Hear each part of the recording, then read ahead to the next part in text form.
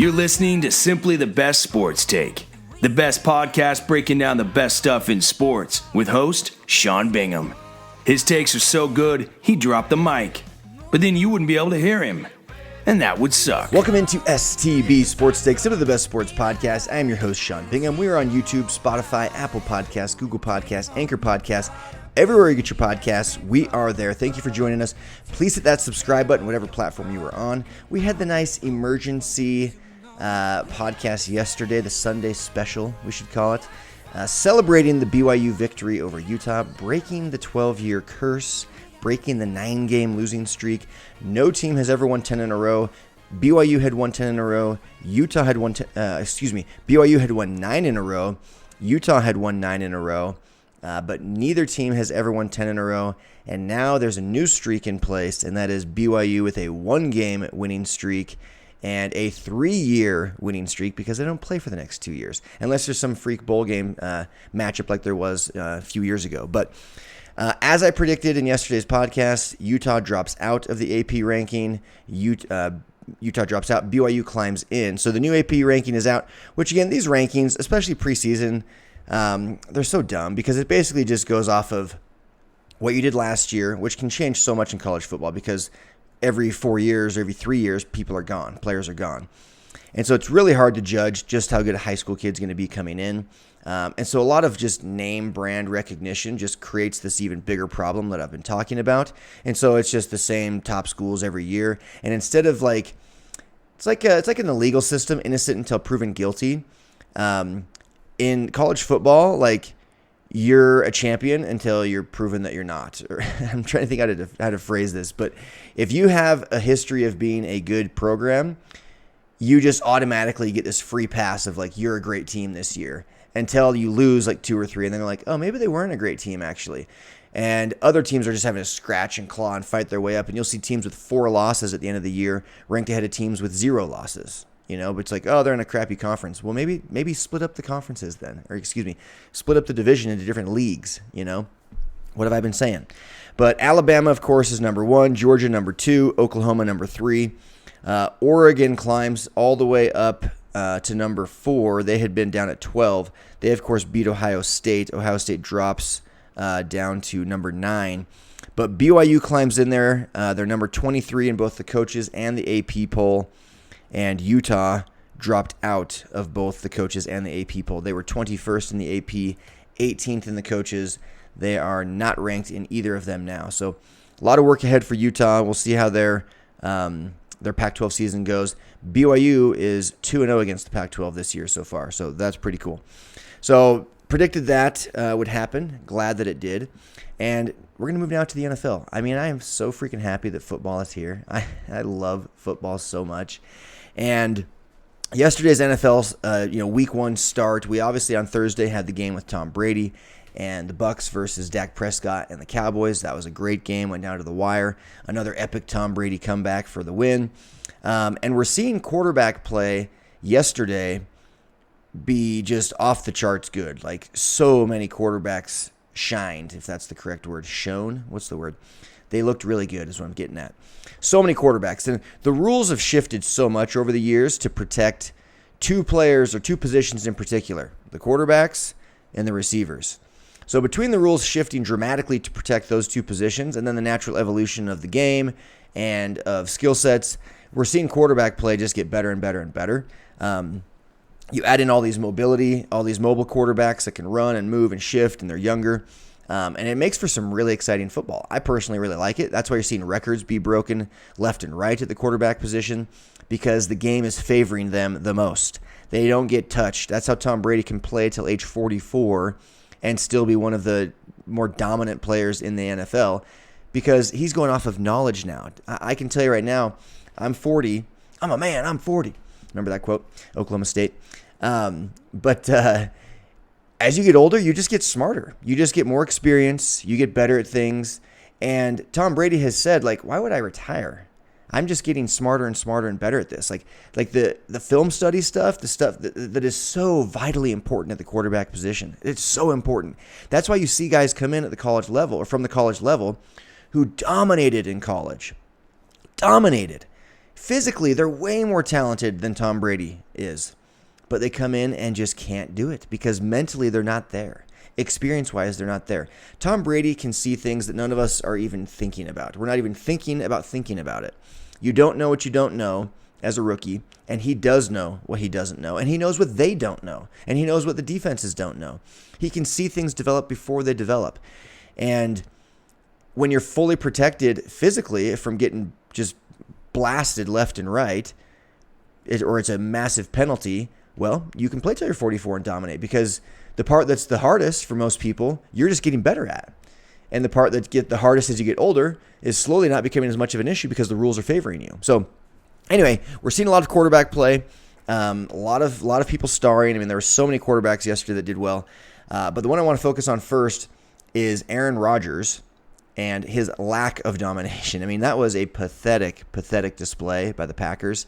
I had picked them in my pick'ems. I do 5 games each week, and they were one that I picked. I was dead wrong. They looked horrendous. And Jameis Winston, who I did pick up on my fantasy team, I did know he would have a big year. This guy was a league leader in touchdowns and yards passing just a couple seasons ago. But he also led the league in interceptions. But then he goes and gets LASIK. He goes and sits under Drew Brees, learns from him, learns the Sean Payton way. Now he's with an offensive guru of a head coach. He's got more experience. He had to sit on a bench and hold a clipboard and things like that. Like, the guy's been humbled.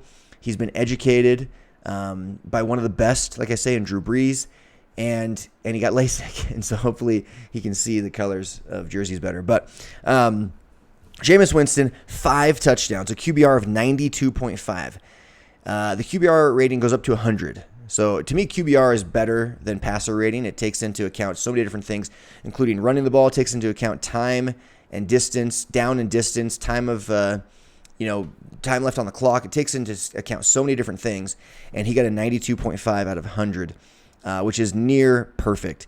He only had 148 yards passing, but he was 14 of 20, so a good completion percentage, 5 touchdowns, 0 interceptions, 0 sacks. Phenomenal game by Jameis Winston and the New Orleans Saints. I mean, he looked fantastic. For BYU fans listening, Taysom Hill, the Swiss Army knife there in New Orleans, he did get in the game a couple of times. He was 1 for 1 passing for 3 yards, ran the ball twice, but just for 1 yard. It was kind of a non-factor, but he's always a threat when he gets in there. He's always keeping the defenses guessing. So Saints get a big win, a very big win, and Aaron Rodgers looked horrible. 15 of 28, 133 yards, so barely over 50% completion percentage, 133 yards, 0 touchdowns, 2 interceptions. His QBR was 13.5. Yikes. It was actually the worst loss of Aaron Rodgers' career as a starter. The worst. He didn't look happy. It looks like Jeopardy and this offseason drama, that unfolded in Green Bay with, is he leaving? He demands a trade. He doesn't demand a trade. He's going to go work full-time at Jeopardy, replacing Alex Trebek. Like, so many weird things happening, and he just wasn't playing football. He wasn't with his team. He wasn't getting better, and it showed big time in yesterday's game. I'm sure the Packers will be fine.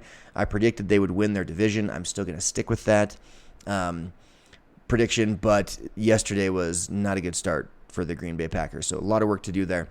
Okay. Moving on here, I want to talk more about some of these rookie quarterbacks. The first one will be Zack Wilson, BYU guy. He had to go up against the Panthers and Sam Darnold. Sam Darnold, of course, is the quarterback that he just replaced. Sam Darnold was supposed to be the Jets' franchise quarterback. They drafted him a few years ago. Hadn't really worked out. He goes to Carolina, gets a fresh start. Zack Wilson gets a big deal, drafted 2nd overall with the Jets, new head coach there. And didn't look good in the first half. Zack Wilson did not look good in the first half. But the second half, he looked really good. He ended up with 2 touchdowns, only 1 pick. That's pretty darn good. 2 touchdowns, 1 pick. 258 yards, completion percentage. Well, he was 20 of 37, so around 60%, give or take. QBR, again, Aaron Rodgers' QBR was 13.5, just for perspective. Zack Wilson's was 28.8. So he's now better than Aaron Rodgers. Just kidding. But his QBR, that was a bad joke. But his QBR was not good. But it was almost twice as good as Aaron Rodgers yesterday. But again, 258 yards, 2 touchdowns, 1 pick. He did get sacked 6 times. Zach got sacked. 6 times, that is not good. That is obviously the offensive line is to blame for at least partially for that, but oftentimes, especially with rookies, especially with a guy like Zack Wilson who thinks he's mobile because in college he was mobile. Well, he learns quickly that he is mobile. He's still mobile, but his escapability from BYU days against very average schools, especially last year when they had their heyday, playing a bunch of nobodies for the most part because of the pandemic, problems interfering with the P5 conferences. It's easy to escape against those guys.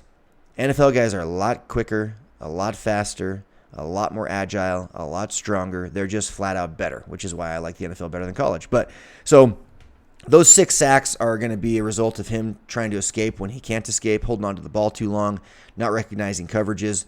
So those sacks are a big deal. That's something that is easy for him to work on, though. He'll learn with time. I personally was excited about Zack Wilson's play. They did lose 19-14, so Sam Darnold gets a little revenge on his old team. He, by the way, had a touchdown, 279 yards, no picks, QBR 47.2. But Zack Wilson, 258, 2 touchdowns, 1 pick. I'll take that. For your first game, first start, I will take that all day. That's fantastic. So congrats to Zack and the Jets. I'm really excited to watch the Jets. I think they've got a real shot to win. They're not going to make the playoffs or anything, but I think they've got a shot to win some games and for Zack Wilson to get some major progression in his game. And we'll see how he does, come year 2. But this will be a fun year to watch, and you can't ask for much more than that out of a rookie in his first game ever. 258 yards, 2 touchdowns. I believe, and I'll have to check here as I keep going, I believe that was the most of, no. I know that Trevor Lawrence passed for more yards, but he was throwing like crazy. He also had 3 picks, which we'll get into now. Trevor Lawrence, you might have seen this on Instagram. Excuse me. This was the first loss of Trevor Lawrence's career. Not his NFL career, although it was that too. It was his first loss of his entire football career as a starter. The dude was 38-0 as a starter in high school, 31-0 as a starter in college. This is, by the way, in regular season games because he did lose a playoff game with Clemson. But 38-0 in the regular season in high school, 31-0 in the regular season in college. Now 0-1 in his NFL regular season. So I commented quickly, which it is impressive. I don't want to take that away. It's very impressive. But he's going to lose like 14 more this season alone. 13 more at least, 12 more at least, probably 13 would be my guess. He'll lose 14 games this year, 3-14. So get used to it. He did look pretty good, but this just goes to show the massive gap that I've been talking about between college and pro. For those that are like, college football is better. No, it's not. This guy was 38-0 in high school, which I know you don't think it's better as far as talent goes. You just think it's more fun to watch. But this explains why, to me, I love both. I prefer the NFL, and this shows the talent gap.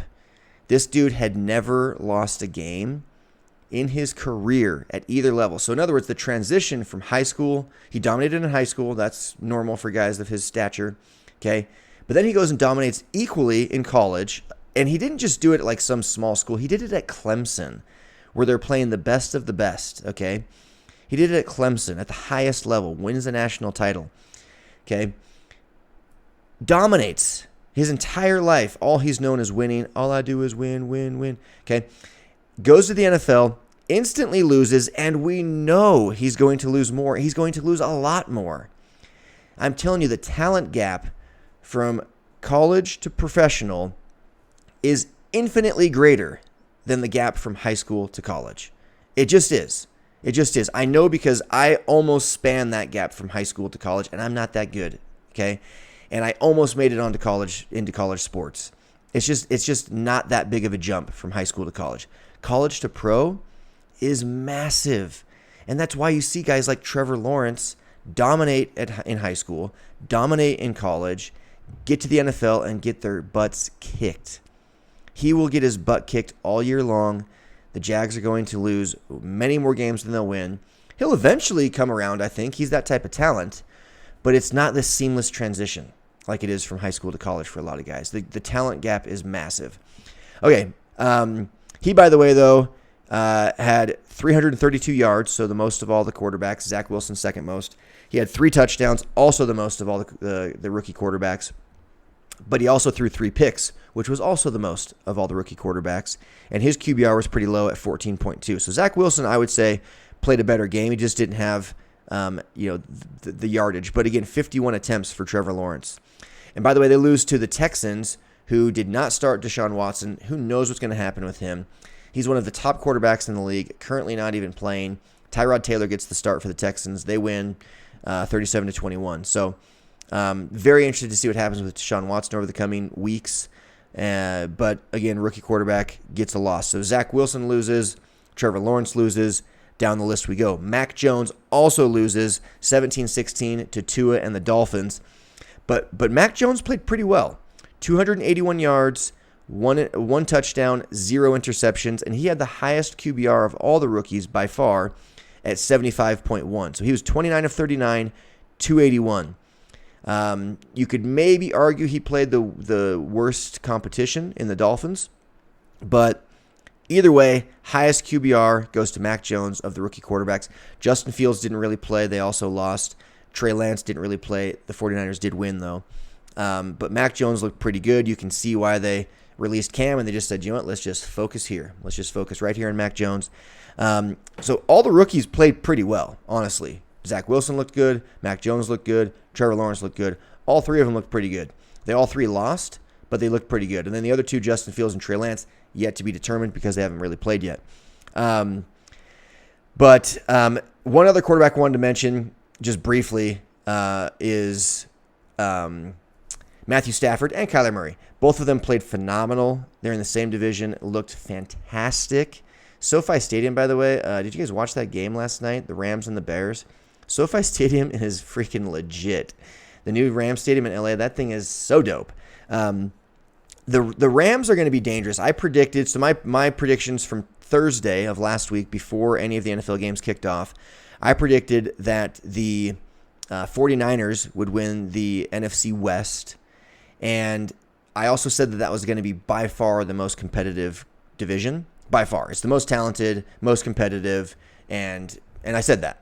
And guess what? They are 4-0. That division, the NFC West, is 4-0, and they all looked so good. Russell Wilson and the Seahawks are always right there. Kyler Murray was on fire yesterday. 4 touchdowns through the air, 1 on the ground. The Niners get the win, although they almost gave up. They had a huge lead against the Lions. Lions came storming back late with Jared Goff, by the way, the Rams' old quarterback, and nearly pulled off a incredible come-from-behind win, but the 49ers do hold on and win that game. And then the Rams just dominated. Matthew Stafford and the Rams just absolutely dominated. And so the NFC West 4-0. On the flip side of that, by the way, the NFC North, Bears, Lions, Vikings, Packers, all 0-4. Vikings kind of blew it, in my opinion. They forced overtime and kind of blew it against the Bengals.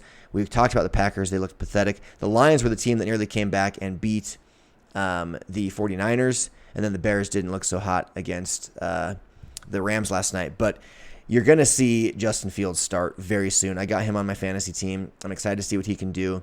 He's going to start within a couple of weeks, maybe even next week. We'll see. But, okay, last thing I wanted to mention here before signing off for the day is Cam Newton and the Washington football team. So Washington football team, they're my favorite, by the way. They're one of my favorite teams in all of sports. Probably my very favorite team in all of sports. But they lose. Fitzmagic injures his hip in the second quarter. Wasn't looking super great, but it was still very early. He's now been replaced on the injured reserve list. Taylor Heineke is the starter. I personally like Taylor Heineke. Like, he's the guy that came in. Nobody's ever heard of him listening to this, I'm sure, but maybe you have, because he's the one that came in and actually gave the Buccaneers the most trouble in their Super Bowl run last year in the playoffs. He comes in and played really, really well. He also played really, really well in the regular season just before that, at the end of the season, the finale. Like, Taylor Heineke can ball. He can. I don't know if he's a starter in the NFL or not. And so there's talk, should the Washington football team go pick up Cam Newton, who's now just unemployed. He's just sitting around not playing. And I wanted to have a strong opinion, and I just don't know. Like, I sat here and thought about it, and like, Ron Rivera is obviously the Washington football team head coach. He's also Cam Newton's old coach when Cam won his MVP, went to the Super Bowl. But that was 6 years ago. That was 6 years ago that Cam played phenomenally. Honestly, since then, he's kind of just slowly been tapering downward. Last year, he only had 8 touchdown passes to 10 interceptions. He did have 12 rushing touchdowns last year, but didn't look that great. The season before that, he had a major injury, which is just a raw deal. It's a bummer. It's just part of football, though. And so I just don't know. I don't know. Like, is Cam Newton better than Taylor Heineke? Maybe. But could Taylor Heineke prove to be something far greater than we thought he was? Do we remember Kurt Warner? Kurt Warner, like the story there, he was bagging groceries at one point. And he became an MVP, Hall of Famer, Super Bowl champion. Like, Kurt Warner came in and just destroyed, just shredded defenses. And he was a Taylor Heineke of his day. So my opinion, my gut feeling is, let's just see what Taylor Heineke can do. We're not gonna do anything really significant with Cam. We're not gonna go like win the Super Bowl. And he's only getting older. Cam Newton, he's not old, but what is he? He was born in 89, so he's 32. He's 32 years old. In football years, like that's getting older. It is. He's always been a more mobile quarterback, and he's dealt with some injuries, and so 32, coming off injuries, his stats and performance have been declining. I don't know. I don't know if you go get a guy like that. Like, for what? To win like 2 more games than you would if you stuck with Taylor Heineke? I don't know. To me, like, let's see what Taylor Heineke can do. I think you stick with Taylor Heineke and see what he can do. Give him a couple weeks. Nobody seems to be rushing to pick up Cam. Maybe pick up Cam and put him on your bench, but I don't know. That just seems dangerous. Like, let Taylor Heineke play. Let's see what he can do. Fitzmagic is going to be out for at least a few weeks, and to me, I'd rather just see what Taylor Heineke can do. I would. But we'll see what happens. Guys, that's all the time I have for today. Monday Night Football tonight. It's the who is it? It's the Ravens and the Somebodies. Who are the Ravens playing? I forget now. Let's look real quick, and I'll make a quick. It's the Raiders. They're playing the Raiders. I remember. I don't need to look it up. Playing the Raiders. I think they're favored by 4, and they'll win. They'll cover the spread. But the Raiders are interesting because a few years ago, Derek Carr was right there with like Cam Newton, right? Like, he was right there. Like, will he win an MVP? And then he hit an injury, got a new coach, and he's like kind of just been mediocre since then. I still feel like Derek Carr has it in him to like break out and be this star, but we'll see. But I'll take the Ravens tonight. You guys, that's it. Have a fantastic Monday and Tuesday and Wednesday, and I'll probably see you on Thursday. I am out. Peace. Thanks for hanging with Simply the Best Sports Take. Don't forget to subscribe to this podcast and check out STBSportsTake.com. Simply the best in sports. 'Cause we